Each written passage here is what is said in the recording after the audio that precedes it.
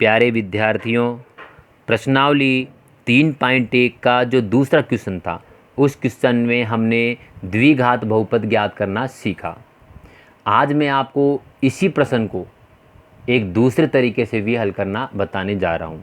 यानी द्विघात बहुपद को ज्ञात करने का एक दूसरा जो तरीका है वो है हमारा एक सूत्र, और वो सूत्र है जो मैं आपको एक बार यहाँ बता देता हूँ।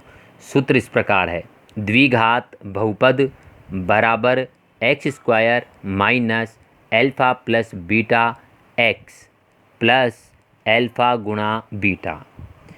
एक बार मैं पुनः सूत्र बोल रहा हूँ, द्विघात बहुपद बराबर एक्स स्क्वायर माइनस, और ब्रैकेट में आपको लिखना है एल्फ़ा प्लस बीटा, और बाहर लिखना है आपको एक्स, प्लस का चिन्ह लगाना है, और फिर ब्रैकेट में आपको लिखना है एल्फ़ा गुणा बीटा।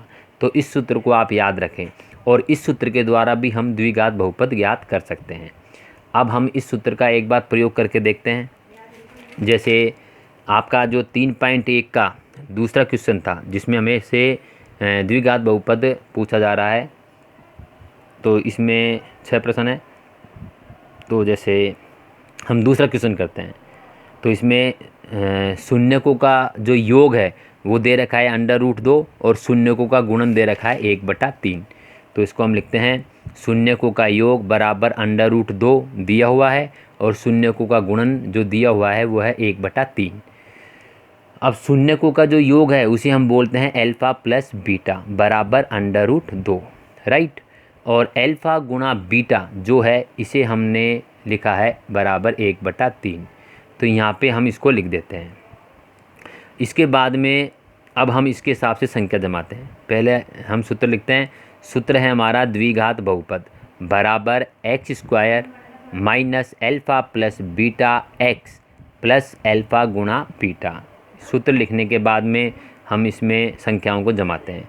एक्स स्क्वायर ऐसे कैसे आएगा, माइनस एल्फ़ा प्लस बीटा हमारा है √2, तो यहाँ पे हम एल्फ़ा प्लस बीटा को लिख देंगे √2 ब्रैकेट में, और बाहर लिख देंगे हम एक्स, प्लस एल्फ़ा गुणा बीटा है हमारा 1/3, तो इसे भी हम लिख देंगे एल्फ़ा गुणा बीटा, और ब्रैकेट में लिख देंगे हम 1/3। तो इस प्रकार हम इस संख्या को यहाँ पे जमा देंगे, ठीक है।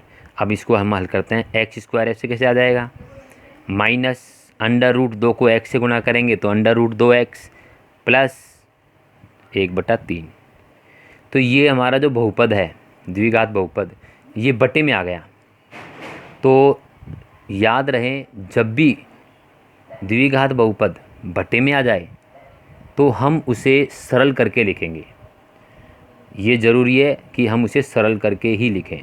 तो सरल कैसे करेंगे, क्योंकि यहाँ बटे में आ गया, बटे में नहीं आता तो हमारा उत्तर आ जाता। तो इसे हम सरल करने के लिए इसका लसागु लेंगे, अर्थात इसका लघुत्तम लेंगे, और लघुत्तम को प्रत्येक पद से गुणा कर देंगे। तो जैसे इसका लघुत्तम 3 आएगा, तो 3 को हम इससे भी और इससे भी गुणा करेंगे। लघुत्तम है ना, लघुत्तम जो है, ठीक है, लघुत्तम को ही गुणा करेंगे।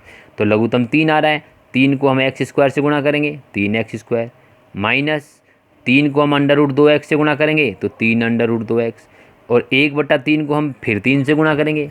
तो जैसे बटे में है ये, तो 1/3 को हम जब 3 से गुणा करेंगे तो ये 3 से 3 हमारा कटेगा, तो हमारा कितना बच रहा है 1। तो यहाँ पे हमारा बच जाएगा 1, और ये जो हमारा द्विघात बहुपद है ये आ जाएगा 3x² माइनस 3√2x प्लस 1।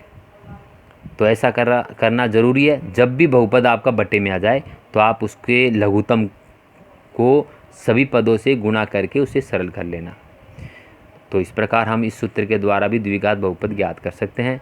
सूत्र आपको अच्छी तरह याद रखना है, और अन्य प्रश्नों का आप अभ्यास करें।